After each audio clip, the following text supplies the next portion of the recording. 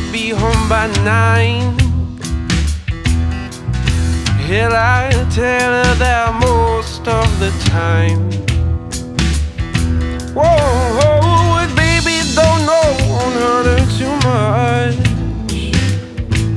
Oh, I'll tell her where, but I won't say what. Oh, now I'm dancing, oh, I'm dancing. I'm dancing with the devil. Oh, now I'm dancing, oh, I'm dancing. I'm dancing with the devil.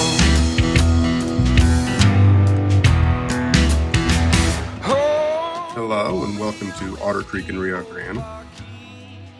So I've been working on the lights for my welding scene, and when I say my welding scene, I probably should actually say Tom's Trains and Things welding scene.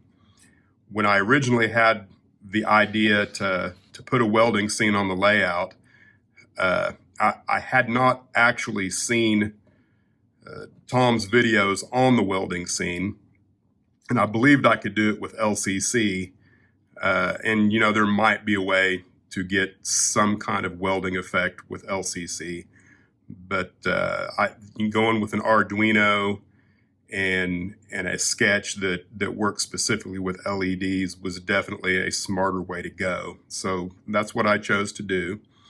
And if you're not a subscriber to Tom's Trains and Things, you really should be. His channel is a treasure trove of techniques and things that's really going to make you a better model railroader. So here's what I've done. It's pretty much identical to what Tom's got on his channel. The only difference is the size of the LEDs that I used. I went with a really small Nano LED because of the space of where I'm wanting to put these. So really that's pretty much the only difference. And of course the size of the resistor along with the LED, all that's going to be a little bit different, but it doesn't really matter in the sketch. So at any rate, hopefully this will work. Those wires are about the size of a human hair, and if you bump them just a little bit, they don't make good contact in my breadboard. So here's the sketch, and we'll see if it goes.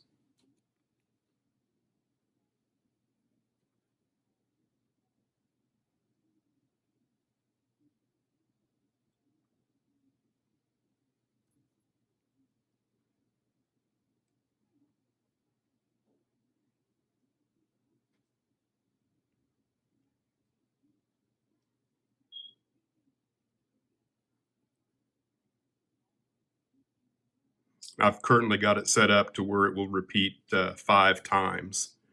And it's not fully ready to be loaded on to the layout by any means yet. There's still some things I need to do. Figuring out how this is going to interface with the LCC, because I want mine based on block detection instead of an infrared or a push button. And if I didn't mention it, these 4 LEDs here, you can see it's starting a new sequence. These 4 LEDs here will represent the street lamps and or the building lights. But that's where I'm at on it. I think I can, if the next step is figuring out how to get these put in place on my boiler in my boiler welder scene. I have got the welding scene in place. Now, I've got the LEDs run through. There's a hole kind of real close to where his left foot is. And, you know, so from back here, you shouldn't be able to see the LEDs at all. And I'm hoping that they're going to be bright enough that they'll light up and you can see. If I can, there you can see that is the white LED. So you kind of have to make yourself look for it to find the LED. and then there's also a red and a blue in there. You can see the red one right there if you look close enough. You can even see the red wire, but I think just casually looking at the scene, you're not going to see them at all. I've got some greenery in. I'm not completely finished with that. I think I've got too much of the same color in there. I've got a few other weeds and things that I'm going to put in. I've also got the LED put in the shed scene. And I've got all of that glued in place as far as the details. They're all glued in place. I've got a few more things I'm going to add. I got a couple barrels and things I'm going to put on the bottom of the floor there. I just haven't gotten around to it yet. Now, the real issue is going to be all the wiring underneath here. You can see these wires there, they're literally about the size of a human hair. And nothing is glued in place yet because I'm still not entirely sure how I'm going to go about doing it. Just because it's going to be a pain if I'm going to try and solder upside down. And the wire lead coming from the shed, I haven't drilled a hole through the baseboard yet for it, but I'll do that. But that's where I'm at on the welding scene. And I'm not going to mess much with the wiring. I think once I get everything in place, I'm going to leave it alone and concentrate on scenery because I don't want to get bogged down in wiring. Probably until after the rest of the scenery is done. I do plan on down here at the end where my corrals are going to be. I also plan on doing some animation down there yet. I'm not entirely sure what I'm going to do yet, but I plan on doing that. Maybe some cattle sounds or something like that. Back to the river. What I've done, and it's going to be hard to show, maybe if I can I've gone in with the water waves, and you can see some of the stippling I've done there in front of that rock. Again, it's kind of hard to do just because you can't see what you're doing because it's clear. But I've got lots of stippling here and there and everywhere. And then I'm going to come back with the Vallejo water effects, I believe it's called. I've also done some stippling. I don't think you'll be able to see it at all, but I've got some stippling in front of the waterfalls. I'm going to let it, right now it's wet, so I'm going to let it completely dry. I'm going to let it dry overnight and then come back with the Vallejo water texture. And then this top waterfall, I'm going to pull it completely off. It's that Woodland Scenics, I can't think of what it's called. It's not water waves, it's the other one. But I'm just going to rip that completely off and try again. I think I can do that. So that's where I'm at on the river. And I will come back and show you more when I've done more. I've ripped the top waterfall off. I've done some dry brushing, both with white paint and the Vallejo water texture. All in all, it's looking better than it did before. It'll probably never be the way I want it to be, but it does definitely look a little bit more like moving water than it did before. See if I can't get another angle. Pardon my quick movements. So, you know, from a distance, I think it definitely looks passable. You can tell it's supposed to be a river. I guess that's something. Now, I've got the Woodland Scenics water effects drying here for the top waterfall. I went ahead and made a couple, and I tried to make sure that, you know, there was some cascades in the way it looks when it dries. And so I just need it to dry up, and I'm going to give that top waterfall another go. And I think what I might do this time is cut them in narrower strips this way, and, you know, kind of see what I can get with 2 or 3 different cascades, and maybe that will look a little more like a waterfall. I have replaced the top waterfall. I like it a lot better than the other one. It doesn't look like, you know, just some white painted plastic. The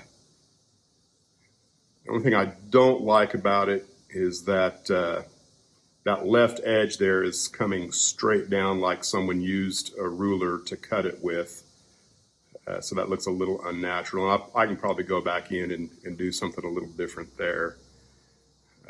But all in all, I'm fairly pleased with my first river. And I'm going to leave it just like it is and walk away from it, and I'm not going to attempt to do anything else with it.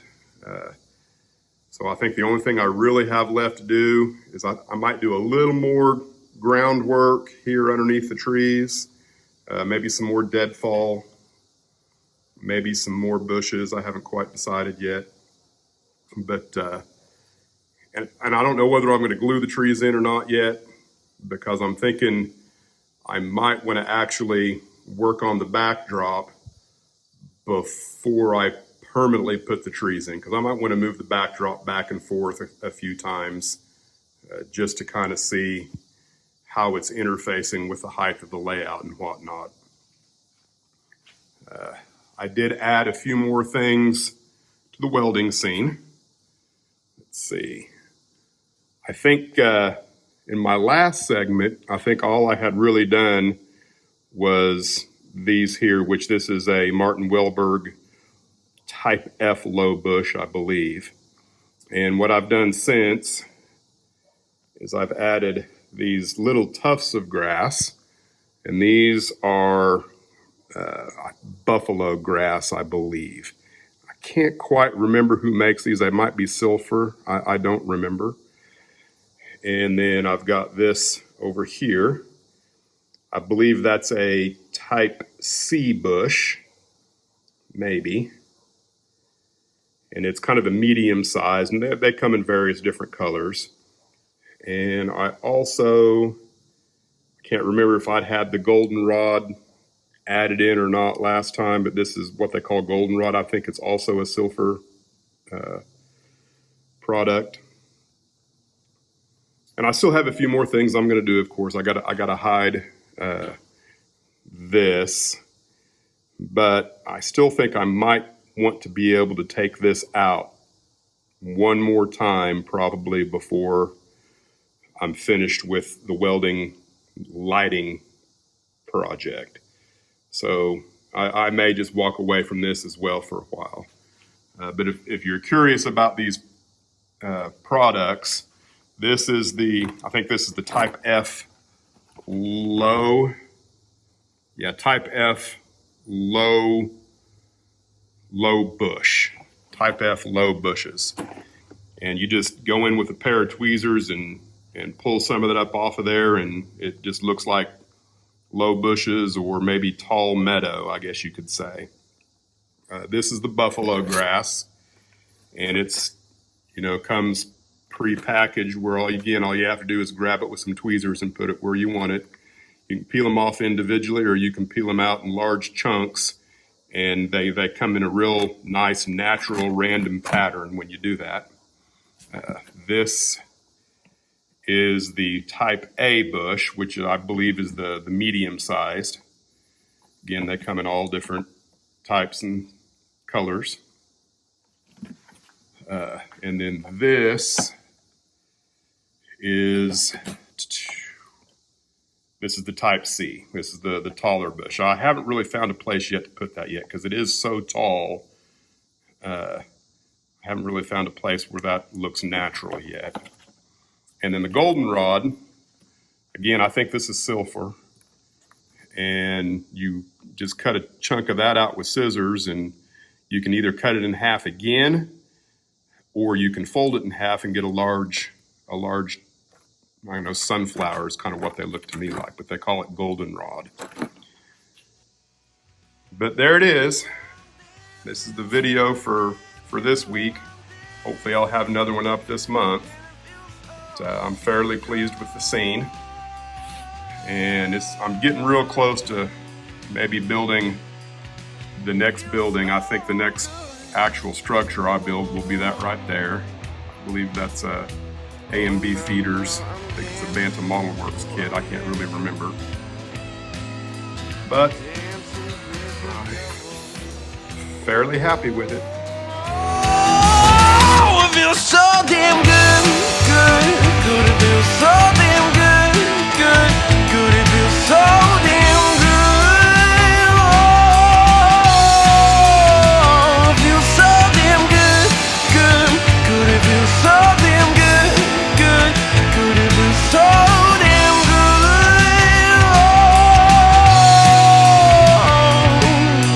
Oh, it felt so good. It felt good at the time. It felt good at the time.